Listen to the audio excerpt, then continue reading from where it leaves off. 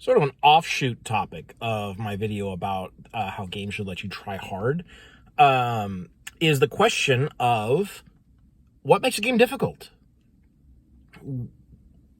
What is the essence in a game that allows you to try hard and still be challenged? What creates an environment where you cannot guarantee victory? Even if you are likely to succeed, you cannot guarantee victory because there is some core element of difficulty that you have to overcome. And how, as a designer, can you adjust that difficulty one way or the other? And I think critically, it comes down to a couple of different factors. Primarily, the first thing we think of when we think of difficulty, I think, is random chance. You can create situations where, despite making all the correct choices, the dice or the cards or the whatever might say, you didn't do too good. You missed your attack. You didn't get the hand you needed, whatever it may be. Random chance can certainly contribute to difficulty. I think it is unwise to rely on it. I'm coming at this from like a game design perspective. I think it's unwise to lean too heavily on random chance to create difficulty. Because it can be really frustrating if you have made all the correct choices and you still lose, which is what random chance adds into it. If that is all the source of difficulty. But certainly some random chance adds to the tension where you don't know if this perfect plan of yours is going to work out.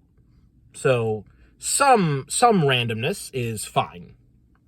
But I think the best way to create difficulty in a game is to add in a lot of decision points. The more decision points you have, the more this is going to be expressed. And at each decision point, these are not irrelevant decisions. These are not like minor decision points. When I talk about these decision points, I mean opportunities to mess up. Which means that every decision point in the context of this discussion must be one where it is a significant decision. So we're not talking about like, should I... to put this in the context of 4th edition, should I use this at-will power or this at-will power? Sometimes that's a significant decision. Most of the time it's not. It's mostly kind of down to, whatever you feel like, like either one could work in a lot of cases. Sometimes man, I'm backtracking a lot here. So like if it's just you and someone else and there's no like battlefield context, if the end result of either option is going to be more or less the same, that's not a significant decision. So when I'm talking about significant decisions, I mean like if you make the wrong one, either, depending on the game, you might get screwed entirely, or you are at least going to be noticeably set back. Ideally, it should not be super obvious what the correct decision is, because a significant decision where, making the wrong choice and you fail instantly, but the correct choice is very obvious and it's easy to determine. Like that's not a real choice, right? Because you just always take the obvious correct choice. So you want it to not be terribly obvious, and I know most of the time, the less obvious it is, the less difference there is between those two. Barring, like there are certain mechanical possibilities to mitigate that, but for the most part, the closer they are, the more similar the choices look, the more similar the choices are, and so the less likely there is to be a wrong choice. So that's why you have a lot of like these non-binary decisions, because the decision isn't between like, do I do this ability or this ability, where they both are going to do about the same amount of damage and have a similar effect. No, the decision is, where on the battlefield do I want to be? and how do I want to get there? I could step around this way and get into a flanking position. Sure, everyone likes to flank. I could get closer and put down an area effect, but in order to do that, I have to risk an opportunity attack. Oh, well, there's some risk reward payoff. Or I could use a special ability to get into the ideal position without taking an opportunity attack. Well, then you're expending resources to do the better things more safely. So, like that kind of decision making is what really creates situations where, like, sure, there are a lot of different decisions that I could make, and it's not obvious which one is best. Maybe I'll need that mobility option later for something more important. Maybe if I take that opportunity attack, that's going to put us over the edge where, like, suddenly we're having to spend resources on healing. So those are the kinds of decision points that make a game more difficult in a good way. The more of those there are, and I'm glad I came to that's a really good example, I think. And it's not just like picking between powers that are ultimately pretty similar in the situation that you're in. The more of these like really interesting decision points you have in a game, and the more that you have to succeed at in order to come out ahead in total, the more difficult that game is going to be. You know, if one failure screws you up, that's a very difficult game. Most games give you more leeway than that because failing the whole thing on a single mistake feels pretty bad. Especially if it's one of those where it's not super obvious. You have a tendency to throw up. What are you gonna do? Yep. You know, if a game is too difficult, if failure comes too randomly or too easily, you lose investment. I think I've definitely been in this situation before where, like, oh, things are going badly. Oh well, I don't really care because things frequently go badly.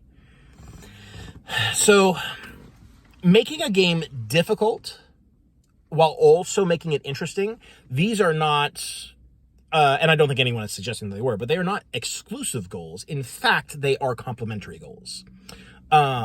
If done well, difficulty makes the game more interesting to a point.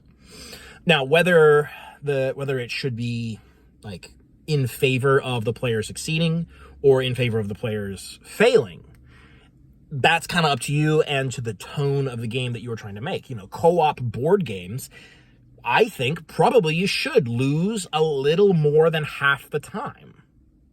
But that's just me.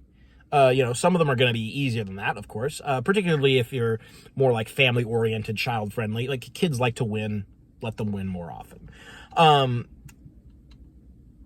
Role-playing games, it's a little bit different because you have to really stack the odds in favor of the players in order for there to really be a chance of seeing the end of a campaign.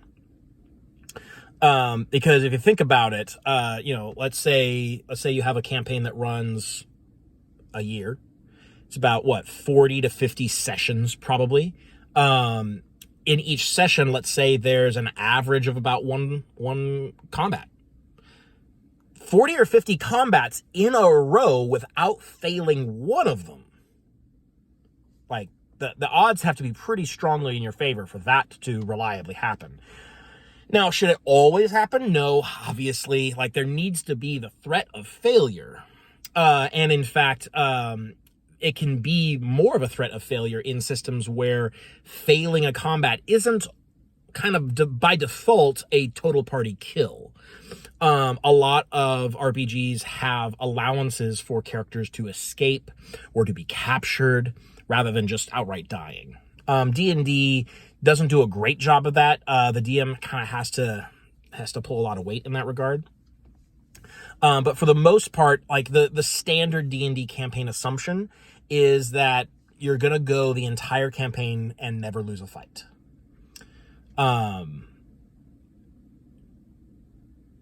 There are exceptions, of course, but I think that's the default assumption. So RPGs tend to skew really hard towards easy because the players have, because instead of, because you sort of have this like these layers of scope, right? So in each individual fight, you should ideally, if you're playing a good RPG, like a tactical RPG, you've got decision points to succeed at each individual conflict. And then you succeed at the conflict in a series of conflicts. And you have to succeed at each series, at each conflict in this series in order to make it to the end of the campaign. And so the campaign as a whole should be quite easy in terms of the number of, well, no, let me back this up. So the individual encounters should be fairly easy in terms of how many mistakes you're allowed to make, so that you are likely to succeed at every encounter, because failing an encounter is difficult to manage narratively for a lot of different campaigns, a lot of different systems. They don't handle it very well. Like full-blown failure on the player's side often is the end of a campaign. Not always, often.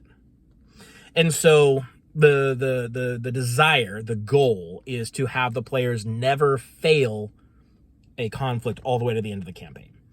Now, I can hear you in the comments already, like, but Sabrok, my players fail all the time.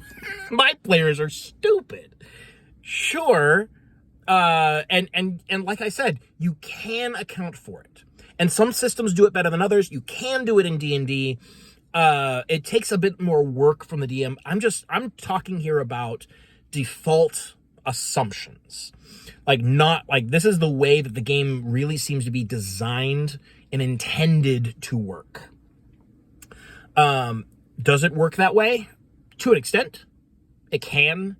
Like adventure design obviously is a big factor in this. Certain adventures are written better in regards to managing difficulty and accounting for the possibility of failure. But I think for the most part, like that's kind of how the campaign is supposed to go. So D&D generally is quite an easy game on the grand spectrum. D&D skews hard towards easy, whereas co-op board games tend to skew a little bit more towards hard. And then obviously when you get into competitive board games or card games, the difficulty mostly depends on the opponent. And so those kind of skew closer to the middle, because you can kind of assume that people are more or less equally skilled. Is that a safe assumption? Maybe not. Maybe not in all contexts. But yeah, that's how you make a game difficult. And more interesting at the same time. Increase the number of decision points, and you can adjust difficulty based on how many of those decision points they have to fail at in order to lose at the whole thing. So that's how I kind of define difficulty in games, is like, how likely are we to fail at the whole thing based on how many decisions we need to make correctly.